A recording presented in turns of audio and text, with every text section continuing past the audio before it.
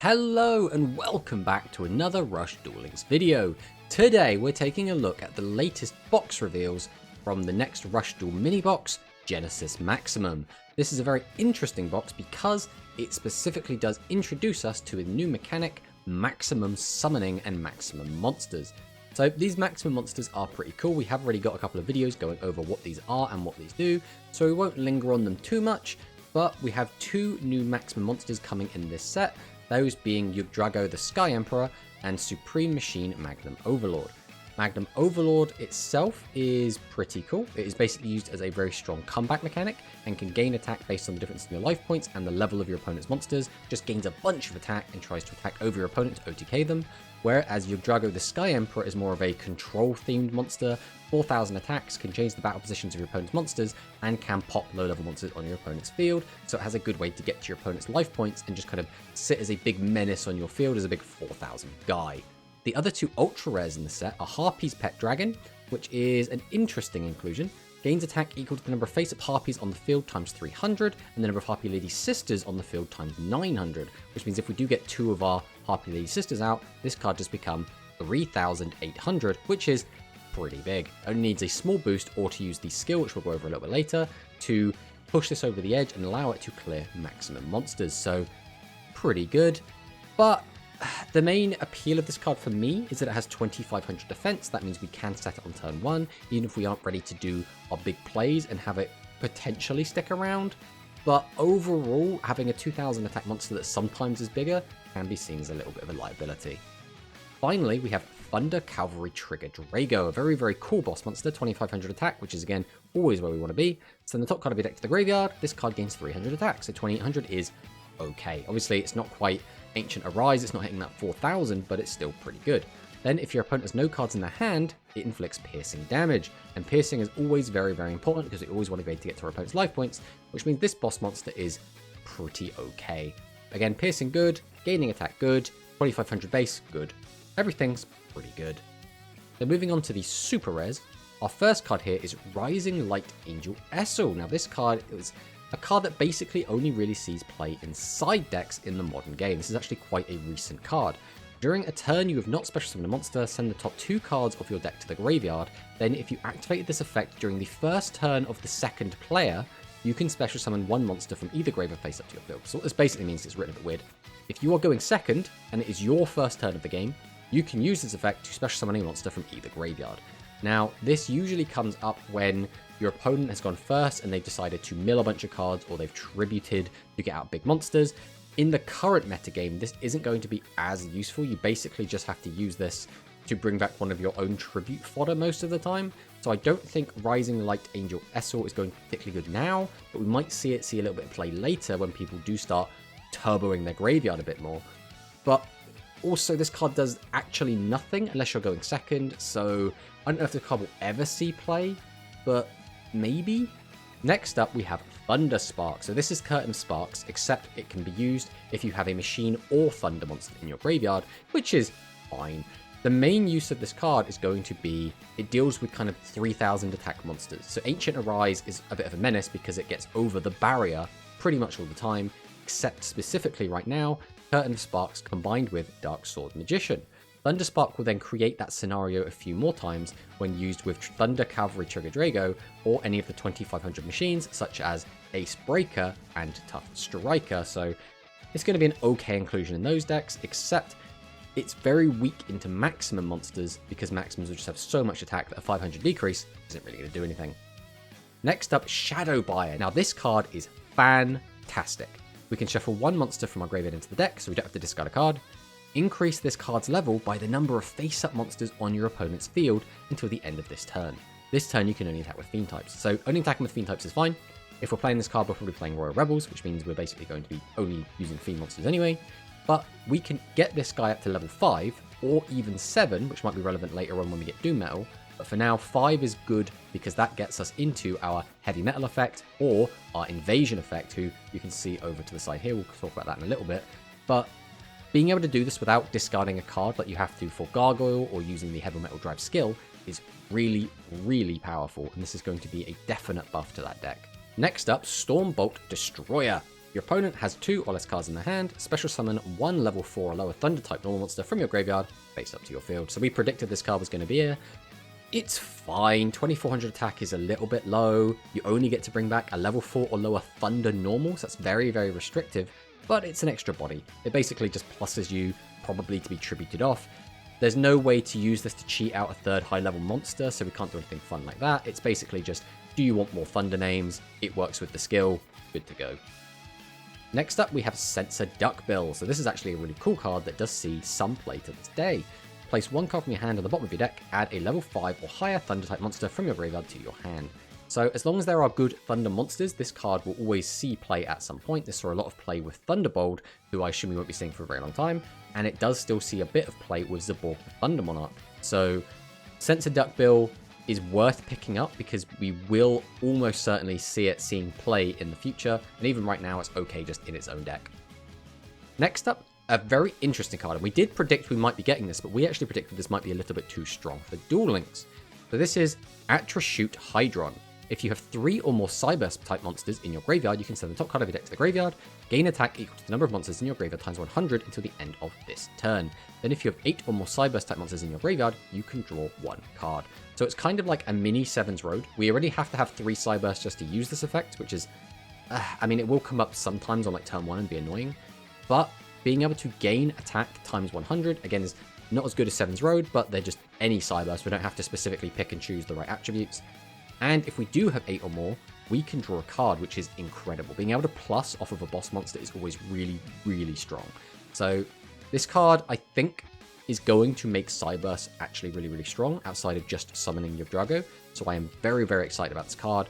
I think this card could be bonkers, especially considering we have a skill that can weaken our opponent's monsters by 800.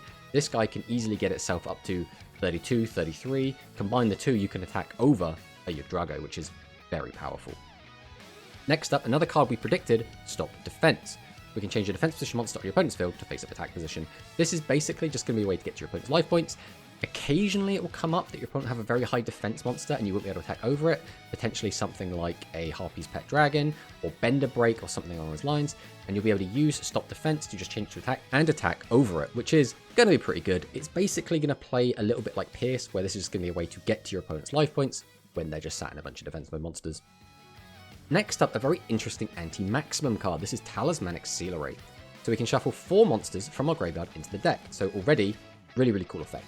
What we're lacking in Rush Duel Links right now is ways to put a lot of our cards from our graveyard back into our deck. And we're having deck out scenarios happening quite frequently. This is one of the cards that can help stem that bleeding. 1 face-up monster on your opponent's field loses attack equal to its level times 200. Now the reason this is an anti-maximum card is because maximum monsters tend to have a lot of built-in protections. They do not have any protection from this, and they're level 10, which means they will always lose 2000 attack, putting them small enough that your level 7 and 8 monsters can just attack over it. So very, very good card. I wasn't sure if we'd get this card this early, because this wasn't a super, super early card. It was still in the 7th era, but it was towards the end. So I'm surprised we got this card this early, but it really does show that Konami really wants to give us cards to be able to deal with maximums. Next up, Royal Rebels Invasion. So again, in the modern game, this card didn't see a ton of play outside of being able to bring it back because it was a level 7 monster and then you tribute off to get the other Royal Rebel effects. But in Duel Links, this is going to be very, very powerful because of a skill that we'll talk about in a little bit. But during the turn you normal summon this card by tributing 2 level 5 or higher monsters, destroy all face-up level 4 or lower monsters on your opponent's field. So again, with no skill, this is a bit naff. We have to tribute 2 high-level monsters to blow up all of our opponent's weak monsters. Like, it's not anything special, but it's neat. Next up, we have Seven's Road Mage. Now, this is actually a really cool card, and again, another card that we did predict. Send the top card of your deck to the graveyard. 1 face-up level 7 or higher monster on your opponent's field loses 400 attack to the end of this turn. Then it loses an additional number of spellcast type monsters in your graveyard times 100 to the end of the turn if we have Seven's Road Magician. So this is what lets our spellcasters out maximums, because our Seven's Road Magician ideally hits easily up to 36 or 39. Then we use this to weaken our opponent's monster by 400 plus a little bit extra, which does close that gap, and that's our Seven's Road attack over 4,000 monsters. Very, very good card, and again, it does mill, which is what we want for the spellcaster deck, because we want all the different attributes in the graveyard, so it does fuel its own effect as well as Seven Road Magician effect. So, pretty good card. Next up, we have Cobalt Cobalt. So this was Cobalt Kobold. I don't know if this is its new name or if this is what it's called in this, but we can send 1 Fiend monster from our hand to the graveyard to draw a card. So really good consistency tool for Fiends. Now, I'm a little bit surprised that we still haven't got the machine variant of this card. We have already obviously got the Spellcaster one in Mystic Dealer, but there is a machine one called Crafter Drone that would really, really help out the Machine Magnum Overlord deck, but we haven't got that consistency tool, which is a bit weird that we are getting one for the Fiends, but either way, more consistency is always really, really good. We'd like to see more consistency cards come into the game. I would personally really like to see the consistency spell cards come into the game, such as Chip the 7 Treasures and Trade In, because those just really help unbrick our hands. And the worst thing in Rush is just when you open that hand, it's just full of tribute monsters and you just can't play the game. Next up, we have Plaster Scout. This was released in a structure deck and is now widely available. It's not particularly good, so there's not really much to say about it. Then we have Trail Blitzing Thunderblast, which is a very interesting card. So this is our Thunder Spell Trap Hate. Now, the reason this is interesting is because this is just coming out as a rare in a box, whereas all of the other Spell Trap Hate have come out in very strange ways. We've either gotten them as level up rewards, or we've gotten them as event rewards. So this is the first time that we're getting Spell Trap Hate in a box. But yeah, this is just the Thunder one. It's going to be important if you're going to play the Thunder deck. And then Barrage of Steel, which used to be called Iron Onslaught, which I think I do prefer Iron Onslaught as a name. But Barrage of Steel is the machine version of this as well. Again, very interesting that we're getting this in the box, and if you're going to be playing machines, you're almost certainly going to want this card. Next up, Fazuzu, the king of mythical wind beasts. Not really much to say about this. Eventually we do get a field spell, I think called Follow Wind World, which does make normal wind monsters a little bit better, and this is a card used in that deck. So this will eventually do something, but right now, not particularly anything exciting to say about this. It is a beast. Yay. I guess it's now the biggest target you can bring back with Paku Pakuchu, but I don't know if anyone will. Then we have Blast Jaws, another Thunder monster. So if your opponent has one or less cards in their hand, shuffle one Thunder-type monster from your graveyard into the deck. One face-up Thunder-type monster on your field gains 400 attack to the end of this turn. So again, really wanting your opponent to have no cards in their hand, but being able to give a 400 boost is okay. With this 400 boost, we can basically let our Thunder Cavalry Trigger Drago get up to 32, and with the skill that will show off a little bit later, that will be enough to clear out a maximum, so potentially there is something there, but for the most part, you're just going to want Thunder names, and, well, Thunder-type monsters, so this is going to be included in that deck either way. Next up, we have our Yugioh pieces and our Supreme Magnum Overlord pieces. We already talked about these, but these are all rares in here. Then we have Light Sorcerer. Very interesting that we're getting another 1500 beta for the Spellcaster deck. And it is a light monster, which means it does directly power creep Magic Juggler, which is interesting they've decided to give us that. Also, potentially, we could just build a ton of light spellcasters into our decks to be able to make sure our Light Sorcerer of Sanctity gets its effect off more often, but either way, it's pretty cool. And then we have Counter Pigeons, an interesting trap card for Winged Beasts. When an opponent's monster declares an attack targeting your attack position Winged Beast type monster, the attacking monster loses attack equal to the level of the attacking monster times 100 till the end of this turn. Now, this is a pretty cool trap, but the problem here is a lot of the monsters that people are attacking with get around this. So things like Dragius, for example, have no way to play around Counter Pigeons, but something like Ancient Arise Dragon can. Go up to 3000 attack.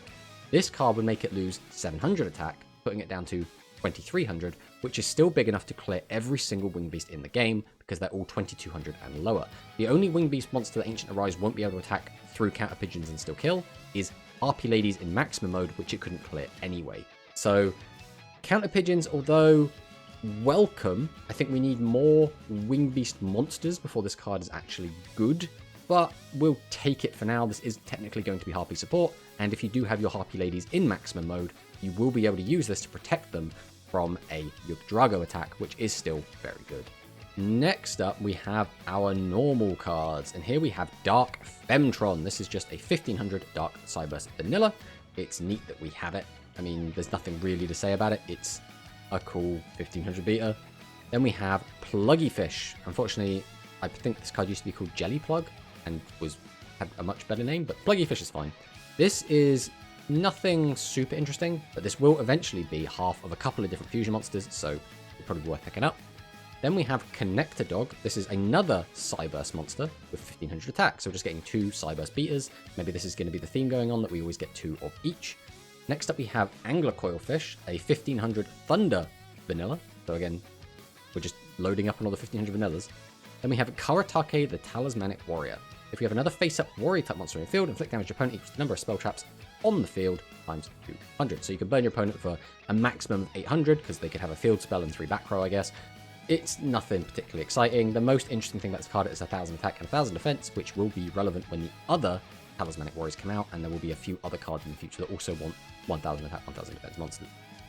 Next up, we have Reset Runner, 1000 attack, 0 defense, level 4 Psyburst monster. Send top card of your deck to the graveyard, shuffle your deck. Not really much to be said about this. It doesn't really do much of any interest. Shuffling your deck is usually useless unless you've stacked things to the bottom and you don't want them there, or you put things to the top and you don't want them there. So, neat, I guess. Pair Production is our next card. Send 2 level 5 or lower Psyburst type monsters with the same level from your hand to the graveyard. One face-up monster on your field gains attack equal to the level of one of the monsters sent to the graveyard to meet the requirement times 400 until the end of the turn.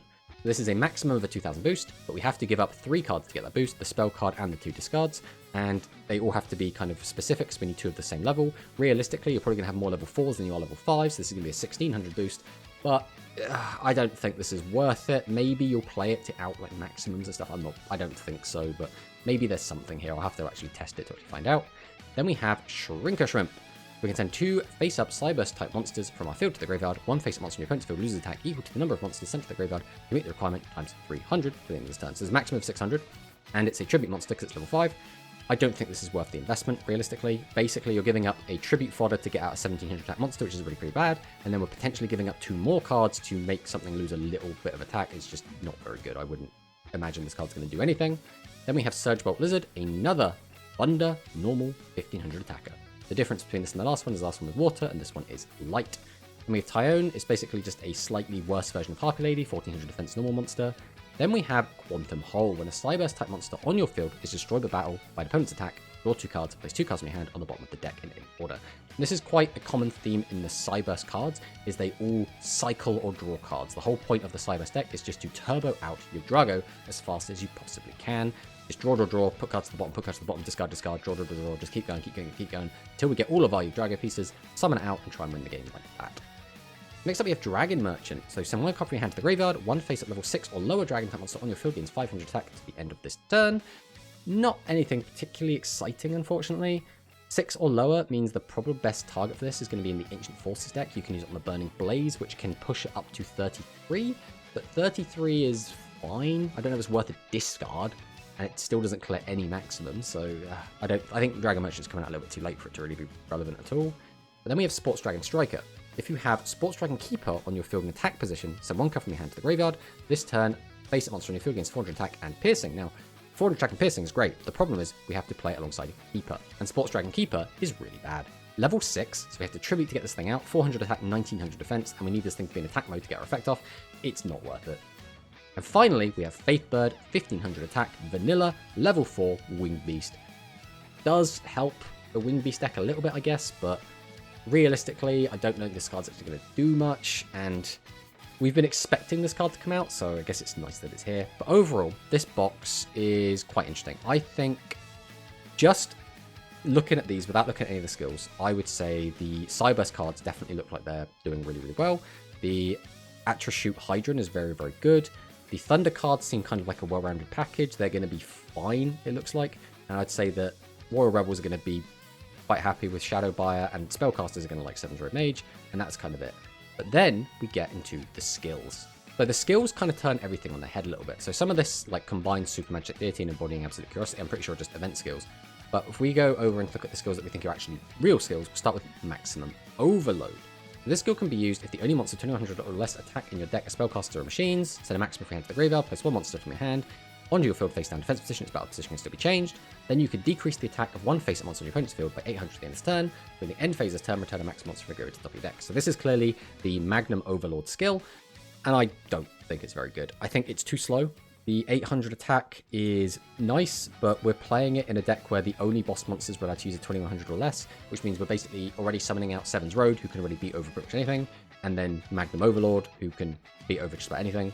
We don't need the 800 reduction, and it's a really, really slow maximum consistency tool, just because we have to do it at the end of the turn. So I don't know. I really don't like the skill. But a skill that we do really like, and actually seems borderline overpowered, is Hell Tuning Evasion. So this skill can be used if the only monsters with 1400 or more attack in your deck are light attribute theme type monsters. Send 1 card from your hand to the graveyard. All face-up monsters on either field become face-up attack position. That's already insane. Until the end of this turn, the level of all level 4 or lower fiend monsters in your field become 5. So that means they now trigger all of our effects of our high-level Royal Roll monsters. and the level of all face-up level 5 or higher monsters on your opponent's field decrease by 4. So that means anything that is 8 or lower is now 4 or lower, and anything that's 4 or lower is already 4 or lower, which means Invasion can now pop every single monster on your opponent's field, except Maximums, because they become 6, and that just means Heavy Metal can destroy them. So now it feels like the best out to Maximums is actually Royal Rebels, who originally had no way to out Maximums, and they can just out everything else. So with this skill, Royal Rebels seem completely bonkers. We'll have to see how that goes in the future. Next up, Rush on Yugioh. This is a nothing skill. This is if you don't have any, just add it to your deck. The next interesting skill is Maximum Ragnarok. This skill can be used if there are 8 or more maximum monsters in your deck, and the only monsters in your deck are Cyberse types with 100 or less defense. Requirement, return 1 card from your hand to the bottom of your deck. Choose up to 2 face-up monsters on your or your opponent's field. This turn, the chosen monsters lose 800 attack and can be treated as 2 tributes to tribute summon of the monster in attack position. So this is really cool because this is twofold, right? We can use this to weaken our opponents, and we can use it on our own monsters and then tribute them to summon out big monsters, which we could do twice if we have 2 big monsters in hand, which helps us unbrick really well. Now, obviously, a lot of these skills we've already seen, but we're going to go over them again anyway, but this does seem like the best cyber skill, in my opinion. Next up, Femtron Draw. Before your normal draw on turn 2 onwards once per duel, one of the cards in your normal draw will be Femtron, which is fine. Femtron's just a 1400 guy, but a lot of the other effects will require Femtron in graveyard to be used. This turn you can only attack with level 7 high Cyberse monsters. I don't think this skill is very good. I think realistically, if we're going to want to do the whole Femtron thing, we'll probably use Beyond Curiosity, which we'll talk about in a minute. Next up, Set Quantum Hole. Set Quantum Hole from your deck or graveyard once per duel. Not really much to say about this. I don't think this is going to be very good either. Beyond Curiosity, I think this is probably the second best Cyberse skill, but I still don't think it's particularly great. Activate at the beginning of the duel if the only monsters in your deck are Cyberse type.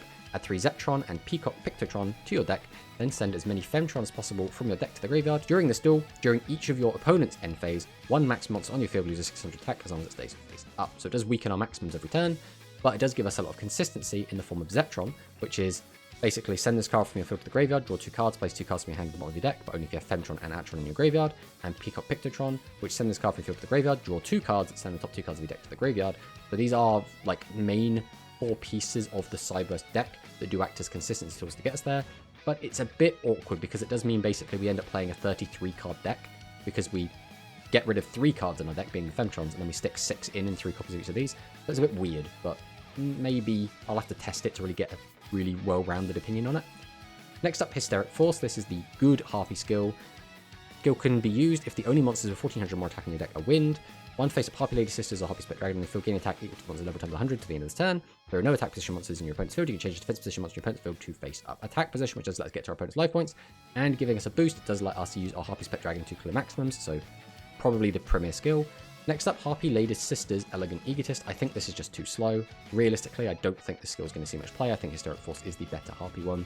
Lightning Trigger, again, I think this is going to make Thunder decks playable, but I think Thunder decks are going to be underwhelming. I think they're going to be fine. They're going to be able to have outs to everything in the meta. I just think they're going to do it in a less flashy way. They're feeling like they're not going to be as unfair as other decks, so I think Lightning Trigger will be fine, but I don't think it's going to be crazy. And then, if we come down here, we can actually see that, I mean, these are announced in the game as well, but we are getting 2 more bundles in the Cybertech Alligator, which is a 2500 vanilla. It's just a machine version of Summon Skull, nothing really to talk about it. And then Tribute to the Doomed, which is a fantastic way to out maximum monsters. So very interesting they're bringing this out now, but it's expected, right? Finally, we'll talk about some of the leaked cards. So we do have Super King Rex, which is interesting. I actually legit thought they were going to wait until the Maximum and the Fusions came out and release it all at once because they'd waited so long. It's too late, really, for dinosaurs to do anything. We are going to have the Mega Zala, which we can use with it, because Super King Rex just brings back a level 6 or lower normal dinosaur from the graveyard, which will be the Mega Zala. But realistically, a 25 that specials an 18 from the grave is not going to be good enough right now. So, it's a little bit underwhelming that's coming out like this, but that's just what it is. We also have Little D. Again, these are probably going to be like ranked rewards or from some sort of event, so nothing particularly exciting about them. And then we get our, what we assume to be our Nail level up rewards, which are going to be Receptacle Mani, which is a really mediocre monster. You can weaken one of your opponent's monsters by up to 900, which is okay, but he's only a 2300 attack monster, which is nothing too impressive. We have Particle Acceleration, which is our Spell Trap Hate for Cyberse, which is always good to see. It's an ultra rare for some reason. And then we have Femtron, which is going to be obviously the way that we use our Atron, which is a reward from the current event. So all in all, looking at the skills, looking at the leaks, looking at everything we'll have access to, I really think that the real winners of this are going to be the Royal Rebels. Being able to combine the skill with Royal Rebel Invasion and Royal Rebels Heavy Metal, being able to take out maximums and just being able to wipe your opponent's entire board is absolutely insane. And when we get the Roa event rerun, we will also get access to the field spell that protects them from being destroyed by trap cards, which means not even Widespread Ruin will be able to stop the Rebels, and they will be seeming very, very strong. I think the next best is probably going to be the Cybers. I think Atrashoot Hydron and yugioh are both going to be very, very powerful. We've got a lot of tools to allow them to thrive. We'll have to see how that actually ends up playing out. Then I think actually Spellcasters are doing quite well. Seven's Road Mage are exactly what they need. Spellcasters are already in a really good spot, so just having a little bit of extra push to help them deal with maximums. Seven's Road Mage is really going to fill in that kind of that area that they were lacking. I think Harpies might be okay, but I think we were hoping for a lot more. We were hoping for a lot more Harpy cards, so only getting access to Pet Dragon and the 3 maximum pieces is a little bit underwhelming. Maybe they will still be strong, but again, until I actually get my hands on them and play with them, I can't say that they will. I think maybe they'll be okay, they'll be playable. I don't think they're going to be really, really strong. Then the Thunder cards, again, are fine. Maybe a little bit underwhelming, because again, we've got all these new maximums, and we've got all this crazy stuff happening, and Royal Rebels get this really crazy skill, and then Thunder's just kind of there, doing their own thing. They don't seem weak, they seem fine, they just seem a little bit underwhelming. And then finally, I think the actual big loser is going to be Supreme Machine Magnum Overlord. I think without Craft the Drone, without any more of the consistency or support cards that this this monster has, it's going to feel a little bit underwhelming. I feel like when you do eventually amass all 3 pieces, it's going to feel very sacky. You're just going to slap it down and OTK your opponent. Your opponent's going to be like, well, you didn't like search any of these cards out, you just kind of drew them all. So I guess I just got sacked. And when you play this yourself, it's going to be very exciting when you just slap it down. But like I say, it's going to be very sacky. And that's kind of how I feel about this set. I think overall, it's pretty good. I would have much, much, much rathered a main box, but because it is a mini box, it does mean you'll be able to collect all of the pieces of your maximums quite easily. If it was a full main box, you'd have to spend a lot more gems, which a lot of free-to-play players don't have access to. So this does support that in a way, but I'm a little bit worried that we might be seeing mostly mini boxes for Rush going forward, which would be a little bit disappointing because I want to spend all my gems on it and get more cards more quickly. The other big thing is that we don't have any Psychic cards in here, which is very disappointing. We also would have really liked to see more Harpy cards, but it is what it is. Overall, I'm just happy to get my hands on some new Rush cards, and these do look like they're going to be very, very fun. So hopefully, I'll be able to duel against you on ladder as we all jump in and try out some new Maximum cards. Thanks for watching, and I'll see you next time.